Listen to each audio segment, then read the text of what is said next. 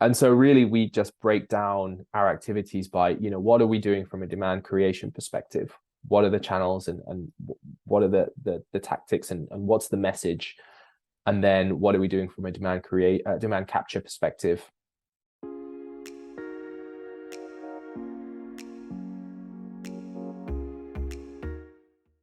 Before we jump into today's episode, I'd like to give a quick shout out to the sponsor for this episode, Ahrefs. Ahrefs provides you with an all-in-one SEO toolset that does everything from rank tracking to backlink analysis, keyword research, and technical audits. The best part, you can now use Ahrefs Webmaster Tools for free to identify and prioritize optimization opportunities for your website, see all the keywords that your web pages are ranking for, take a close look at the websites that link back to and refer you in their content, and analyze other websites to find out what drives their rankings. Visit ahrefs.com/AWT and sign up for free. And now, back to today's episode. Hello, everyone, and welcome to another episode of the SaaS SEO Show. I'm your host, George Cassiotis, and today I'm very happy to be joined by Edward Ford. Edward Ford, who is someone I've been following actually for quite a while on LinkedIn, and I'm sure that even if you don't follow him, you may have seen his posts because they get quite a few, likes and comments and shares and generate some buzz generally. He's the demand gen director at Supermetrics, a company you already know and have heard of. Maybe you are using Supermetrics already. He joined the company as employee number 32 and marketer number 4. Since he joined Supermetrics, the company has grown to more than 300 employees and 30 people plus in the marketing team. And they've more than 5x their ARR in that time. Quite impressive. Edward has previously worked for the growth marketing agency Advanced B2B and hosted the Growth Hub podcast, growing the show to over 100,000 downloads. I'm very excited about this episode. I've been following you for a while. I'm really glad that we finally get to talk to each other. And I'd like to welcome you to the SaaS SEO Show. George, thanks so much for having me. Excited to be here. So as we do with everyone here at the SaaS SEO Show, and even though I shared quite a few things about you, could you please share a few things about your background and let us know how did you end up to a growth marketing agency and then to Supermetrics after that? Yeah, so when I graduated and started in my career, I wasn't exactly sure what I wanted to do. I was interested in a lot of areas of business, and I joined a really small agency here in Helsinki, where I got the chance to work on project management. I was working as part of delivering projects, a lot of copywriting and content creation. I was then doing sales, so key account management. I was doing marketing, growing the team as well. So it was a great 360 learning experience. Marketing was the one thing I really liked and enjoyed, and thought maybe I have the best opportunity to succeed in this area as well. And so I ended up joining a tech company here in Helsinki, which was growing super quickly. And then that kind of got me interested in the world of tech, and in particular SaaS. At that period, 2014-15, SaaS was really getting a lot of traction. And a local marketing agency who was specialized in working with B2B SaaS companies reached out to me. We had met at a local HubSpot user group meetup, and they were about to go international and try to grow the business and work with global and international SaaS brands. And the founders had a great reputation, and the company had a good reputation. I thought, wow, this is a great opportunity. And that was when I jumped into the world of SaaS, and we started working with all these great SaaS clients from around the world. Salesforce were the company's first client. So the agency was called Advanced B2B. We started a podcast as well. At that time, there were a lot of podcasts about B2B marketing. There were a lot of podcasts about SaaS, but there wasn't really a single podcast dedicated purely to B2B SaaS marketing.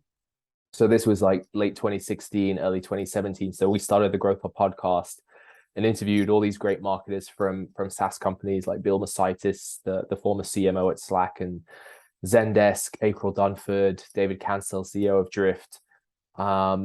And I remember the time I thought, okay, this podcast is big, when the first person ever wrote to me saying, can I be on your podcast? And it was Dave Gerhardt, who's now huge. So that was, I think, episode 7 or 8. And that was when we thought, okay, we're on to something here. And from there, had a great 2.5, 3 years at Advanced B2B. And then I was really keen to join a SaaS company. That was something I had earmarked as the next step. And Supermetrics reached out, which at first, when I first heard of Supermetrics, I actually thought they were an American company, but I think they're Finland's best kept SaaS secret. So they're a Finnish company based here in Helsinki, even though we do have global offices around the world, including now in the States, in Atlanta. And then, at that point, as you said, small company, around 30 employees, everyone sat in the same room, small marketing team, a great chance to come in early and just figure stuff out, help the company grow. And that was kind of my path into growth marketing and agency and Supermetrics. I think that many people who come to the podcast and speak to the podcast, they have at some point, in their careers, they have worked at an agency. And I think that this is, even though the experience may be very intense, let's say, because agencies, it's a crazy world. At the same time, you get to see all these different things, interact with all these different companies, and really get to see the game from a different perspective. While if you work in just one company, you see just one analytics account, you think of marketing initiatives about one company, and that's it pretty much. While I think that it's a very important thing, the fact that you started from an agency and then you evolved based on that. Yeah, absolutely agree. So I went agency, in-house, agency, then back in-house at Supermetrics. And advice I have for all marketers, particularly it doesn't really matter what stage you're at in your career, but especially if you're kind of early on, go and work in a marketing agency. It is one of the best schools for marketing and one of the best places for you to grow personally and professionally. As you said, when you work at an agency, it can be quite intense, but your learning is accelerated. And I'll give you an example. So when I was at Advanced B2B, at one point, you're working with maybe 4 or 5 different clients, and that means you're exposed to 4 or 5 different businesses, industries, challenges. All clients will have their own sort of challenges that they need help with. You can come in, you can work with all these different people, and if you've spent 1 year working with those 4 or 5 clients, in a way, you've almost gained 4 or 5 years of experience in that time because you've been exposed to so much. Whereas, of course, when you're in-house, you can go super deep. And maybe that's one of the flip sides of the agency life, in that I would often say, imagine if we could just spend all our time working with this one client for the next month, what we could achieve. And so it's a bit of a trade-off. But yeah, I think working in an agency is a great place for people and marketers to go and spend some time. I agree with you. For people who may have never heard of Supermetrics, can you please let us know a few things about the product? Who is the typical customer and who gets the most value? Yeah. So Supermetrics essentially enables marketers and marketing teams to access their data, better access data, centralize it in your reporting and analytics and dashboarding tools. So what we do is that we essentially just connect the dots between all your siloed marketing data. So if you have data in Google Analytics, Facebook ads, LinkedIn ads, and HubSpot, and say Salesforce as your CRM, Supermetrics will basically help you move whatever data it is you want from those platforms to wherever it is you want to move it to, whether it's a spreadsheet for nitty-gritty analysis, whether it's Data Studio for client reports or for dashboards, whether it's BigQuery for building out a marketing data warehouse. Supermetrics just really enables you to streamline the flow of your marketing and sales data.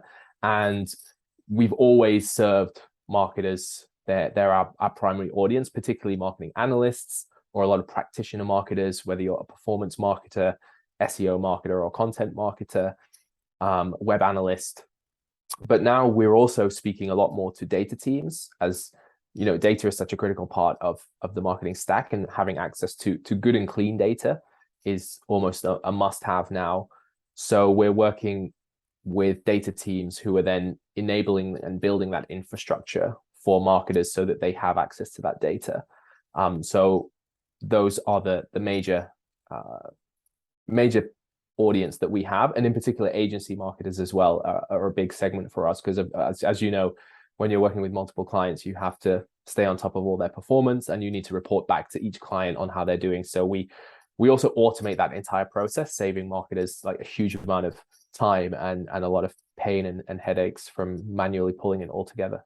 Yeah, since the thing is that when I hear of the word Supermetrics, I always make very specific associations as to what the product is and what the product can do. But at the same time, I think of a very big brand, which is not, it's rare, I would say, the fact that a European company, now obviously international, but a company that's initially rooted here in Europe has made it and is growing so fast, and has attained such a great growth over the last few years. My question to you, as the person who leads the demand gen side of things at Supermetrics, is how much of that growth would you attribute to Supermetrics being a great product and a very big brand, and one of the first, if not the first of its kind, and how much to great execution on the growth and demand gen side?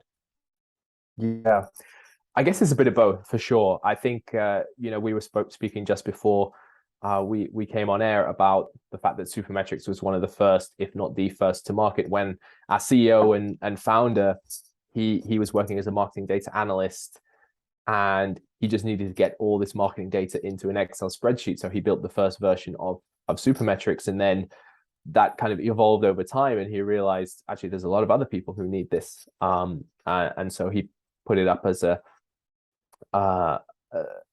subscription SaaS product, and then eventually started the company. So I think for sure there's a huge demand for the product that we had, particularly in the early days when there weren't many competitors.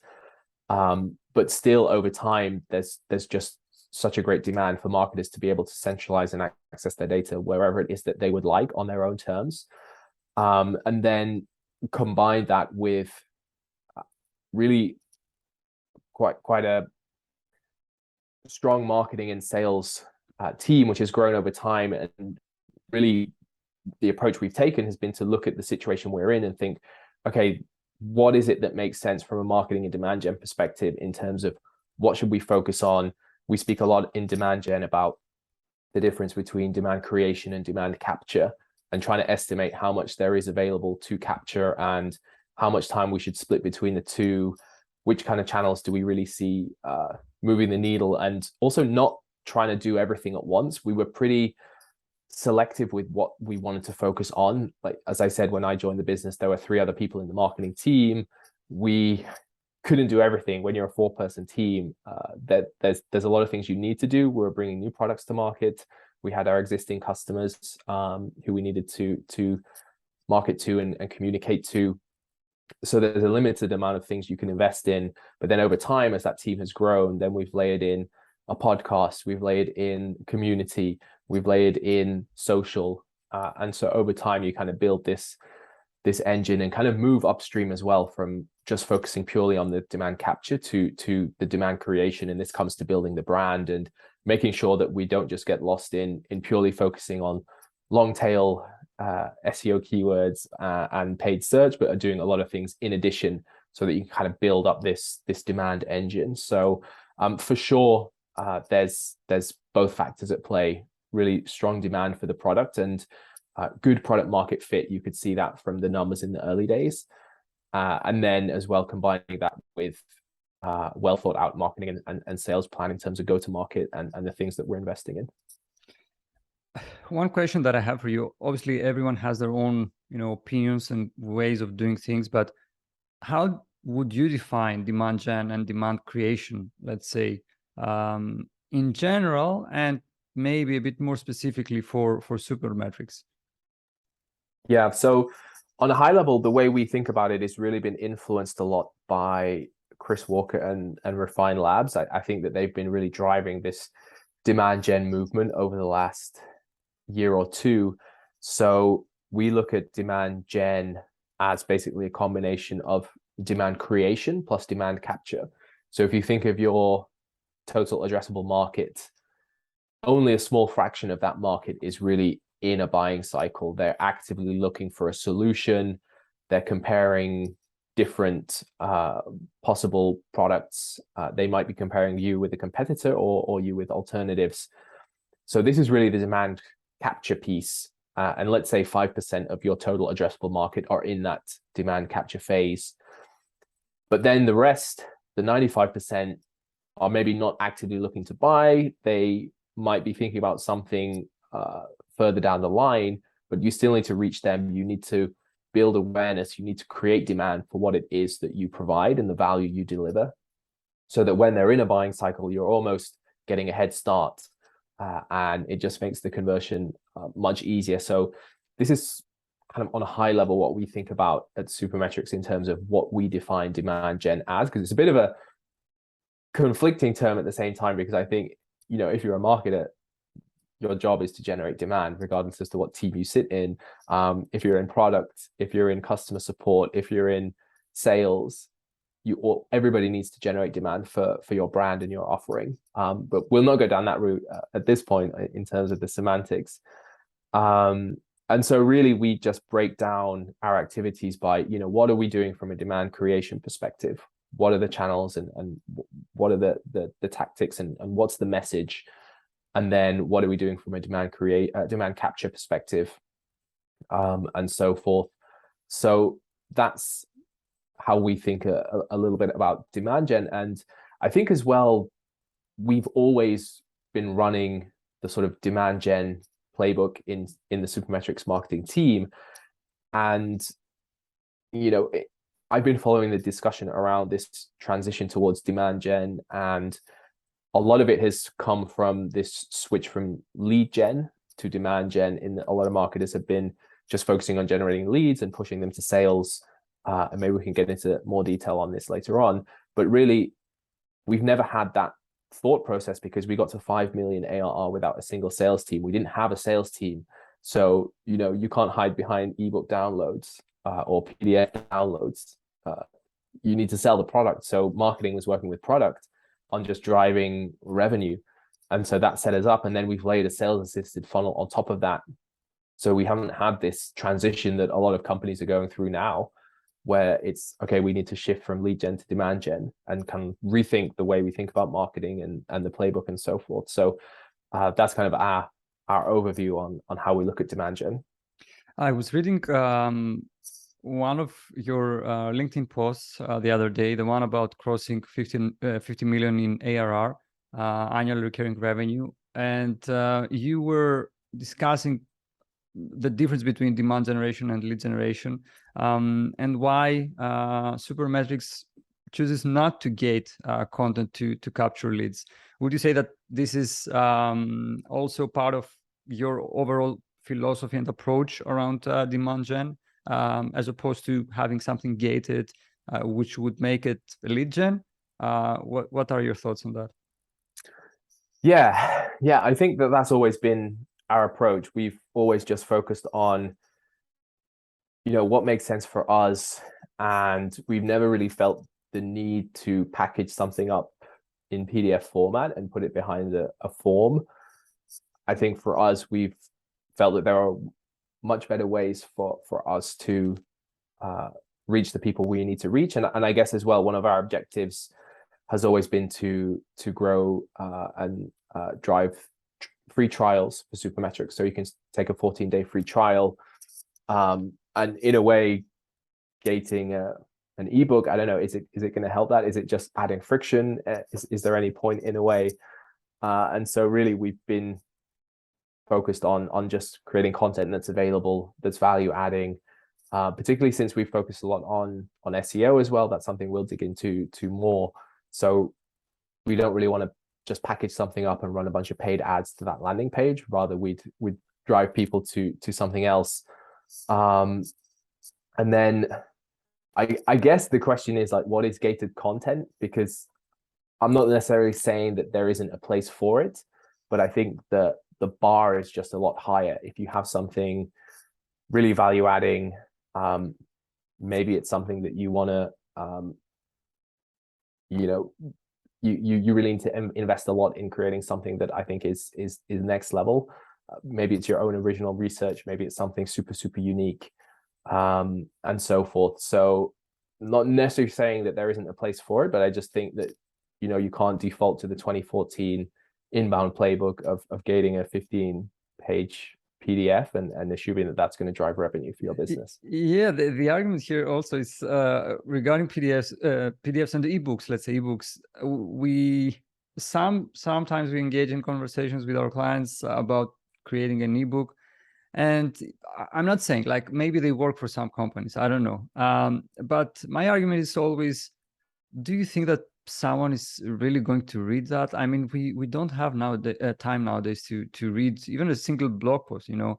Are we going to really going to read an ebook? I mean, for us, it's great. We are going to do some work. We are going to get paid for this work. Okay. But I'm very interested in whether or not this is going to be consumed by the person for whom we supposedly create this ebook or whatever, and we put all this effort and investment and so on and so forth. So it's also, I don't know, I think that things kind of change. And as you mentioned, something that worked back in 2014 or whatever may not work today. And I think that ebooks may be a bit timely relevant. Let's say they may work for some companies, I don't know, but that's just my opinion. Yeah, and I'll give you one good example of how you could rethink the approach to how you distribute this kind of content. There's a SaaS company in Ireland called WorkVivo, and they work in the employee engagement space. And they had conducted some original research through a survey that was asking HR and people ops leaders about their sort of state, having, you know, gone through a pretty heavy couple of years with the pandemic and the shift to remote and all the challenges that come with that. And when you're in the HR and people team, there's a lot on your table, and they found that, you know, an overwhelming amount of HR leaders were burnt out themselves, and they needed the support that they were giving to others. And that could have easily been packaged up in an ebook, and you could have shared that and promoted it through paid ads and tried to get the contact information of a lot of people who would fit your ICP. But they made a huge long form landing page. It was super interactive. It showed the statistics from the findings of the survey they had, with recommendations and really value adding, interesting, original research, original content. And what happened is that then it started getting picked up on social. Everyone was talking about it. Everyone was sharing it. And then media outlets picked up on it, like Forbes and other publications referenced and wrote articles specifically about this research. And they generated a ton of visibility, a ton of referral traffic, which was targeting and directly reaching their ICP, key personas from the right geos. And so this, I think, is the way to think about it. It's not about just holding something in and hiding it behind a wall. If you have something value adding, you want to get it out into the world. And so I think that I know a couple of guys from the WorkVivo team. They did a great job in putting this together and promoting it. So I think this is a good way to kind of think about what you could be doing. I agree with you. I was not aware of this example, and I would love to take a look at it and also include it in the show notes. We see the same thing for you know, for us. Like we do what we call original content. That we wrote a blog post about it that was published this week, I think, in our blog. This idea of, you know, doing content that's, or even covering an existing topic just with a slightly different, from a slightly different standpoint, can make things way more interesting.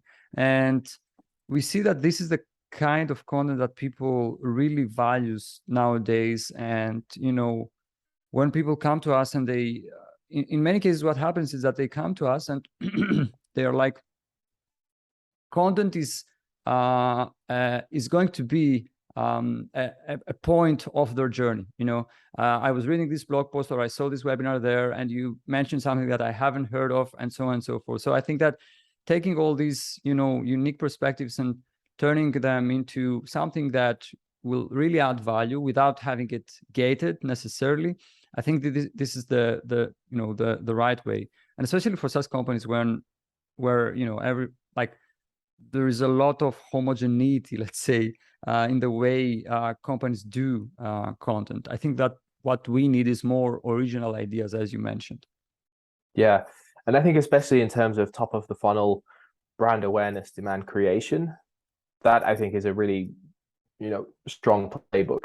And you want people to share that content.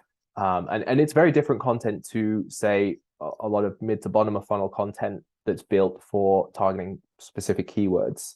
Like, we know that there's a lot of content we create that no one is going to share on LinkedIn, on Twitter.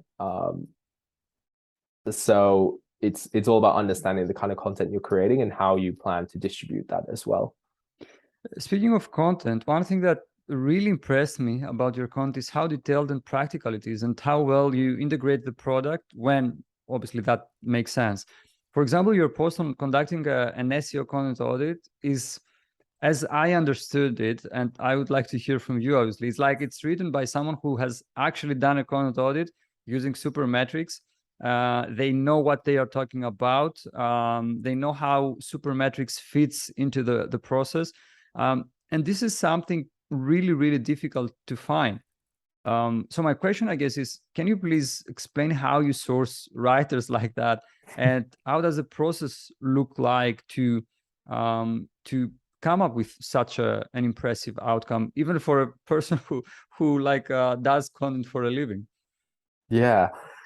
So that's kind of the roots of our content strategy, and that particular article that you mentioned in terms of how to conduct an SEO audit was written by Binya, who used to work in the Supermetrics marketing team. She's a superstar. She is one of the very best. So we were lucky to work with her, and I've also had the pleasure to work with her in a previous company as well. But really, the approach we took to content was, I would say, product led. As you said, a lot of the content is in depth, it's quite practical, and it brings the product in a natural way. So it's not just promoting it, oh, by the way, start your free trial of Supermetrics, but really a lot of our content is answering like how to do something. So in this case, how to do a SEO content audit. And Binya, as one of the best content marketers out there, she's done that. She's done it with Supermetrics, and she basically outlined the process of how you can do it. And so at the relevant point, you need to basically bring in the right data to be able to do that audit. And obviously Supermetrics is one way how you can do that. So we obviously bring that in, and it's a great way for people to start using the product, to start a trial, and to see the value of the product within the context of a use case that's going to be really, really relevant to them. So a lot of content marketers, a lot of SEO marketers, whether you're in-house or if you're an agency, this is really an article written for you. And it's an article that's targeting a pretty long tail keyword. The volume is not super high, but the intent is pretty high. We know that if someone's searching for this, they could get value from Supermetrics, and that could become a paying customer at the end of the day. And so we found a lot of these long tail keywords, low volume, also pretty low competition. And we found that if we can write the best article that we can on this topic, if we're super helpful, very thorough, step by step, then we know it's going to do well. We know it's going to rank, and we know that it's going to generate a steady stream of good quality trials into the top of our funnel. So it's the kind of win-win for everybody. And we're pretty thorough in terms of the content that we create ourselves, whether it's Binya when she was at the Supermetrics team, or other members of our content team or the marketing team. Whenever we're creating content, we're pretty thorough and we have pretty high standards. And that's the same also when we are sourcing or looking for guest writers. So we have a lot of people who ask to contribute to the blog. We have a pretty thorough vetting process to kind of make sure that the people who come in and write guest articles are going to keep the standards that we set. And then also we've reached out to freelancers and we've targeted really good quality freelancers who have a good reputation in the industry, Definitely not the cheapest, but we know that there's other costs if you're not willing to pay. And there's for example, we now have moved into the e-commerce space, so you can bring a lot of data from e-commerce platforms like Shopify, Klaviyo, and so forth, and combine that with your other marketing data. So that was a new space for us in the last year or so. So we found a great freelance writer who specialized in e-commerce marketing and e-commerce analytics and so forth. So that's been our approach to the kind of content we create, the standards, and also how we find good people. A follow-up question to that would be around the use cases. How do you know that conducting an SEO content audit is one of the use cases for SEO professionals, SEO marketers, however you want to call them? How do you know? How have you managed to map out all the use cases, for example, for SEO professionals, that we know that SEO folks use Supermetrics for these reasons? And now that we know that, we are going to create in-depth content or launch other initiatives around these use cases. Yeah, so the first one is that we talk to a lot of our customers.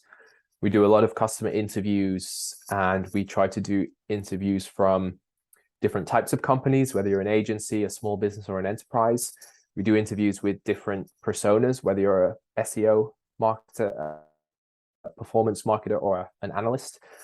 And we just do also a lot of case studies. So we interview customers when we're creating our case studies and customer success stories. So we get a lot of input from our customers, and we know the major use cases they have, the problems that we solved.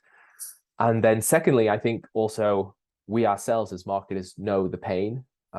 So we ourselves, we needed to do an SEO content audit. So we had to figure out how to do it.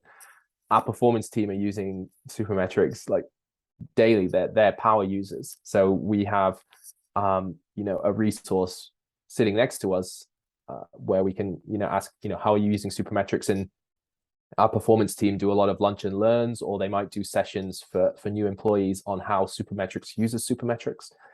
And then we also have an internal data team, an analytics team who are also using Supermetrics, and they're using a lot of the data warehouse products.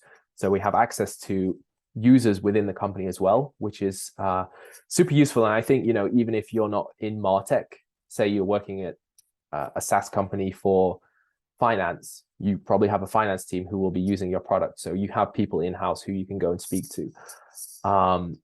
And then as well, we also do keyword research, and that's a good way to kind of understand what people are searching for, what are some of the challenges we have, and we can figure out, is this something you could use Supermetrics for? So those are probably some of the major ways where we just get an understanding of the different use cases and major ways people are using Supermetrics. I would like to know how important SEO is in all this. Like, do you factor SEO in your content strategy, or you just, when it is a keyword that you want to target, you're going to do just that? Because, and the reason I'm asking is because there are many companies that try to assign, let's say, a keyword behind each piece of content they are going to publish. And this is the case, believe it or not, even when they are going to publish something that's product focused, like a new feature or something related to the product. So I would love to hear your thoughts on how important SEO is for Supermetrics' content strategy. Yeah, it's very important, and I think especially so historically. Like when I joined, I would say 95% of our content strategy was built around creating content that is optimized for search. And even within that, we had a focus of, like we spoke earlier, it's long tail, it's high intent, and it's typically low competition. So a lot of things like how to conduct an SEO content audit, how to move Facebook ads data to Data Studio, how to build an Instagram Insights spreadsheet report, all these kinds of keywords where people are looking to do something transactional, and our product enables marketer to do that. And so It was a lot of mid to bottom of funnel content optimized for search. And a lot of those articles we wrote years ago are still generating, really good amounts of traffic on a monthly basis. And we know that it's relatively good quality traffic. There's a lot of intent around people who come to our website and come to a relevant blog post using those kinds of search terms, compared to, say, something like SEO data or big data. There's probably a lot of people searching for that, but we have no idea what the intent is. And we have no idea, is this going to match with our ICP? And so we didn't want to fall into the trap of creating these big cornerstone pieces on these very, top of funnel keywords where we don't know the intent. Yes, there's a lot of volume. Yes, if we get number one on Google, we could like 100x our organic website traffic. But we just thought there's no point. There's absolutely no point. There's so much that we can squeeze out from these long tail keywords, and there's so many we could work through because the use case is so wide for Supermetrics. And this is really something that's unique about our product, in that we're middleware. It's a bit of an invisible product. It's not something that you can just go and like log into and so forth, but it generates a huge amount of use cases, and there's some really creative ways people are using our product. So we can just write about those, and that's been something that's worked really well for us. And now over time, we have added additional layers of content to that. As you said, we're posting product updates or announcements which are not written for search, but they're things that we would share in our customer newsletter, for example. Yep. And we know that a lot of our existing customers will come and check the Supermetrics blog just to see what we're writing about, and to see if there's some new updates. And then like a lot of this sort of brand driven content where we're looking at strategic narratives that we want to tell. And, that's not really written for search, but it's looking at social, it's looking at PR and other distribution channels as well. So the content strategy has evolved over time. And I would say that a lot of our content originally was built around the demand capture side, and we still do that. And that's a big part of what we do. But we've also layered on what I would consider to be more demand creation content. That makes sense, and I think that Supermetrics is in a very unique position, let's say, where the product's capabilities are truly amazing, and so you can really position yourself as a solution to this, let's say, job to be done that also happens to have a target keyword behind it. Why not? And so, and quite frankly, when I visited your blog and read some of these blog posts as I was doing research for this episode, I didn't feel like, they are trying to sell or anything like that. On the contrary, I felt, why are they going so in depth? Like this is really hard work. But at the same time, I can think as, for example, for a junior marketer who actually want to perform an SEO audit, let's say, that would be really eye-opening, and they would be really, okay, yeah, I will do it exactly like that, and the product that I need to use is Supermetrics. So it's a win-win, I guess. The next question that I have for you, as we are running out of time, is you are a hardworking practitioner in the SaaS industry, and you have quite a few years, I would say, under your belt. I'd like to know what advice you would give to companies smaller and larger than Supermetrics regarding their growth and demand gen efforts. Yeah, I think what's important is that you work hard on the things that make sense. And what advice I would give is really figure out why you're doing something. Like, why are we doing this? Does it make sense? Could we be spending our time on something more effective? I think that you really need to make sure that you're doing things for the right reasons, and that they're firstly providing value to your audience. We kind of you kind of spoke about that there's a lot of value in the content. It's quite thorough, it's quite in-depth. but at the same time, it's generating value for the business, so that we know that we're giving value to our audience, but we also think that, you know, there's a lot of value they could get from Supermetrics, which in turn would generate value for the business. So that's often how I think about marketing as well, in that you just really need to think about who you're trying to reach, what value can you add, without trying to overly sell the product. I think that you just need to position it in a way that people can make a decision. Do I really see value in this? Do I think that the amount of money we would pay per month for this product, you know, whether it's like $100 a month, is returned in terms of the value is greater than that? And so it's an investment we should make. Is it going to make our lives easier? So I think marketing it's very easy to overcomplicate marketing and to get lost in all the tactics and channels and just, you know, everything that comes with marketing. There's so much that marketing teams are responsible for nowadays as well, that you can't possibly do everything. So just figure out the channels that you want to make a bet on and align with the company strategy, and just provide value to customers and provide value to the business. I think that's something that served us quite well. And now over time, we've layered things on top of like, I would say that when I joined, we had 3 major channels that we focused on. One was marketplaces, one was SEO, and one was paid. And we did some other things as well, but now we've been able to layer on top of that. So keep it simple and just really keep the customer in mind, but also keep your eyes on the goal. It's not ebook downloads, it's not leads, it's growth, it's revenue at the end of the day. I think that's a great way to wrap things up. Edward, this was very, very insightful, and I'd like to thank you very much for being so generous with your time, knowing how busy you are. My last question would be a call to action for our listeners. Where can people find out more about you and get in touch if they want? Yeah, I think LinkedIn is the best place.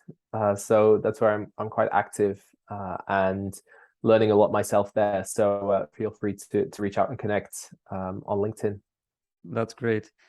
We will drop your LinkedIn profile in the show notes, and also Supermetrics website, LinkedIn, and so on. Once again, thank you very much for doing this. Really appreciate it. And I would like to have you back when Supermetrics reaches the next milestone. I don't know if it's the 100 million in ARR, a revenue mark, but if that's it, I would like to have you back then. Okay, thank you very much. Let's do it. Thanks, George. Before you go, I'd like to give a quick shout out to the sponsor for this episode, Ahrefs.